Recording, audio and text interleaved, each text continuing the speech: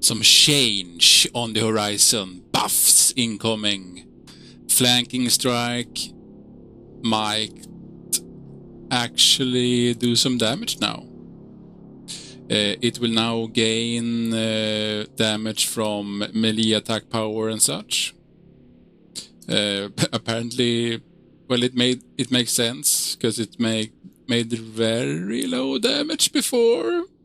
Like on a whole boss fight, my personal flanking strike was like 300 damage, and same for the pet.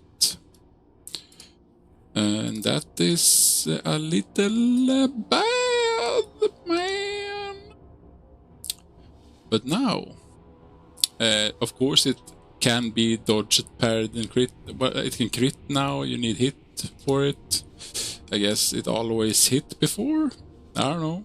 I've never noticed it missing, I guess. But does this mean if it misses dodges or parries, you will not get the buff? That will be a bit painful, I guess, when it happens. Since it's still just a very, very small chance to reset cooldown and such. But yeah, hopefully it does more than 300 damage per boss fight now. Very cool. And they will buff Boon of the Black Phantom. It will now give spell hit and 25 spell power to help all the poor little mages and warlocks struggling on like the Lord Kelleris fight. And it was very noticeable, the struggle.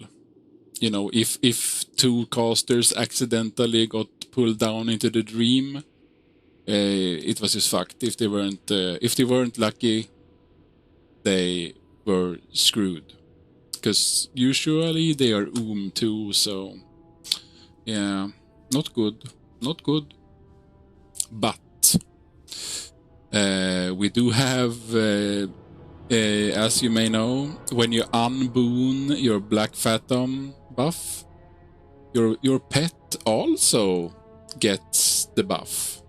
I'm not sure if you need to have the pet out and so that it receives the buff, and then when you boon it in Thunderbluff. I haven't actually tested it, but I don't think so. And this is actually really OP because the pet usually don't die even if you do, so you can have this for additional tries until you need to tank the boss because everyone is dying. But yeah, the spell power. We do have spell power pets. How much will this increase the damage?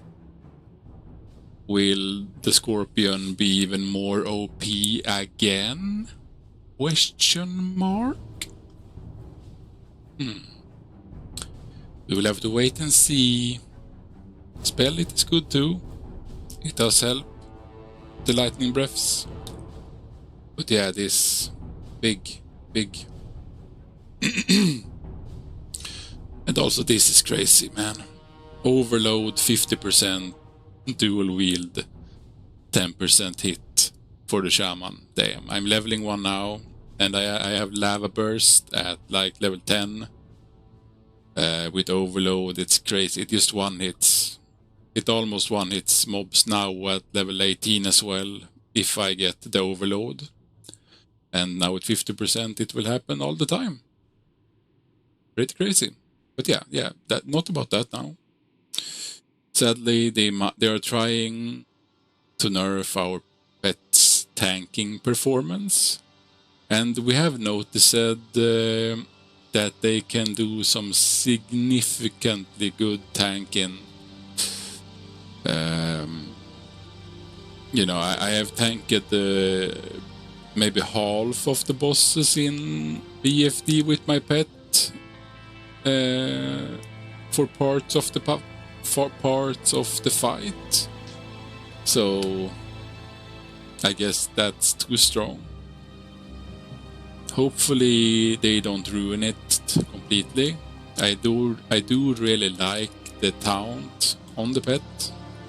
It really helps. But yeah, maybe it's too strong. Because you could do some really crazy stuff. You could ignore a couple of boss mechanics since they are immune to AoE and such. So it could just stay there. And on the last boss, you could just sacrifice a pet for just have it gather stacks of corrosion and just let it die when it's too much and just revive it.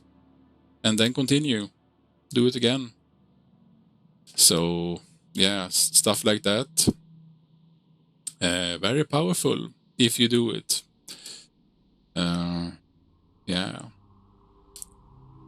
This though, yeah. I'm just about to go to sleep and then this came up. God damn, boy. God damn. But that's me. We will see on Wednesday. We will have to do some testing. What if it uses both weapons? It doesn't say it does, but we can have hope. We can hope it does. Because, yeah, as I said, dual wield melee hunter looks promising for level 60 when you have hit gear. Very promising. With Wind Fury and all that. Oh yeah. A good night to you.